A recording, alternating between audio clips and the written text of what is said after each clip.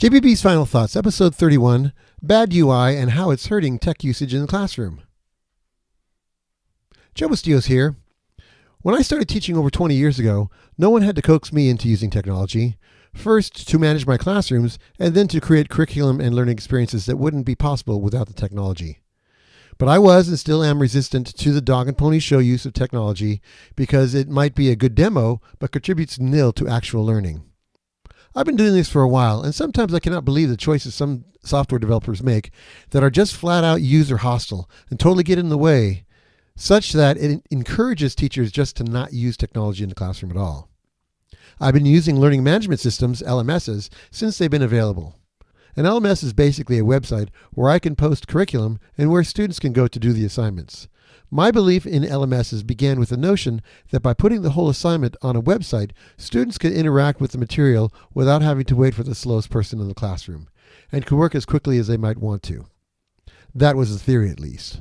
Alas, it tends to be a hell of a lot more complicated than anticipated, and it doesn't help when software developers do some of the following things that I'm going to demonstrate. Speaking of which, because of the following demos, as much as I love that some of you are listening to the audio version of this podcast, I would suggest viewing the video version on my website or via YouTube.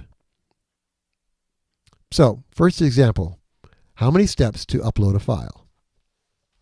And on the iPad, I have an example of one assignment. So I'm going to go ahead and go to our Lego rubber band race cars and open that up.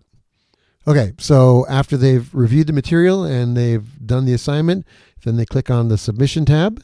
And in this case, because it's a partner's activity, I went ahead and used the message instructor function for them to go ahead and send in the name of their partner, and that's the partner's name right there. And then let's count the number of steps that we have to do to upload our video file here.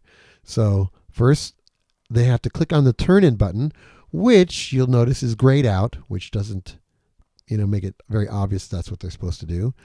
Down there on the bottom, click on File Upload, then the camera icon. Then because I have them record their work in video or as an image in the camera app, separate from the turning in, just in case something goes wrong. So it should be in the library. And then normally they'd either click on the videos or the moments, but because I've pre-baked this, I'm going to click on the favorites. And here's my little video.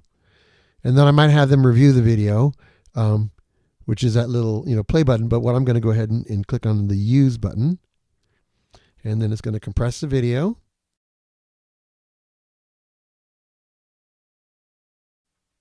So then after it's done this task, you thought, well, I turned it in. Well, no, you actually haven't turned it in. All you've done is you've taken the stored copy and now it's in the queue, but I need to swipe over and find what it was that I turned in, which is this guy here.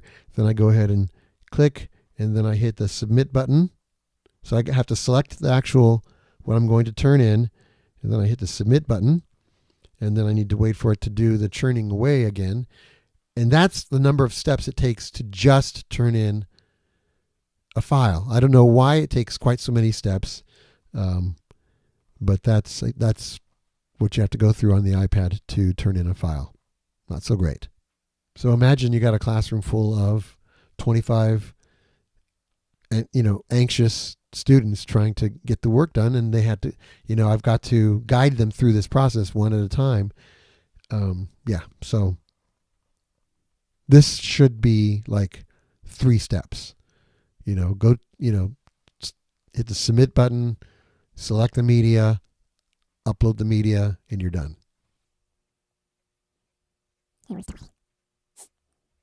Okay, so now that I got the message, then I know that's been turned in.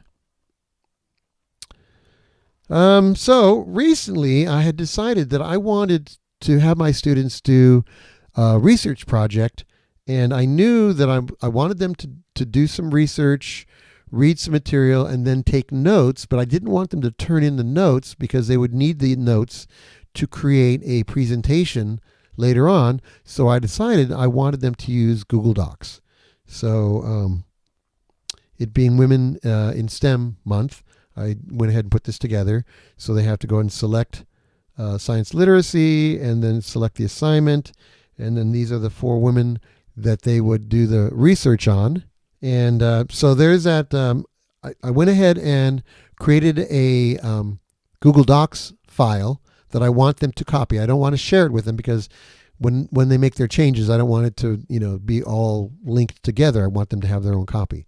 So go ahead and click on the link, and it says, do you want to make a copy? Sure, I want to make a copy.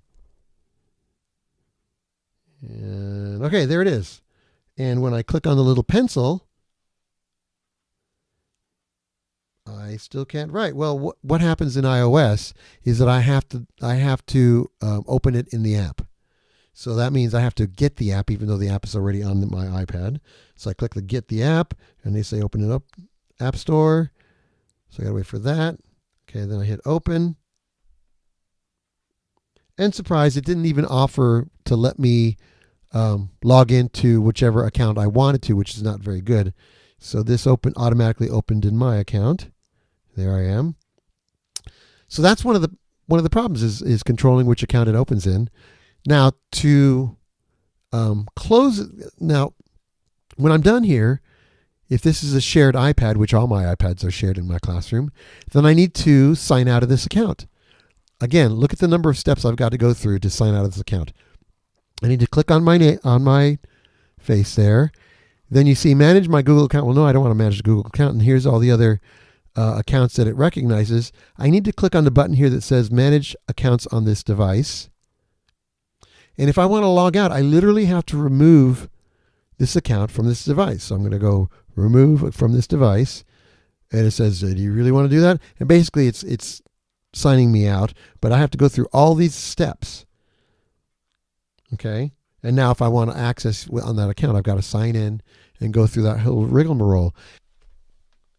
So on the computer, let's go to our science literacy, women in STEM, Google Doc. All right.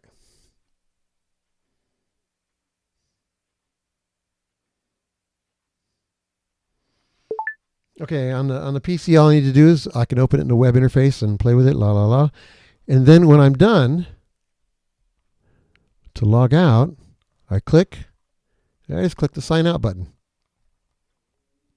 2 steps. Click on my icon, sign out. Whereas, you saw how many steps it required for Google Docs.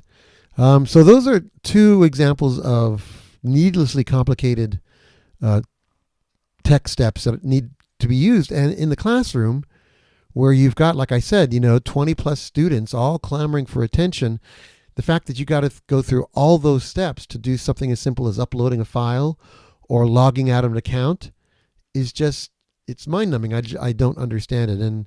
And it all begins with something as crazy as, just the pain of logging in. And so in my case, because I'm one of the few instructors on our campus that uses the LMS that we use.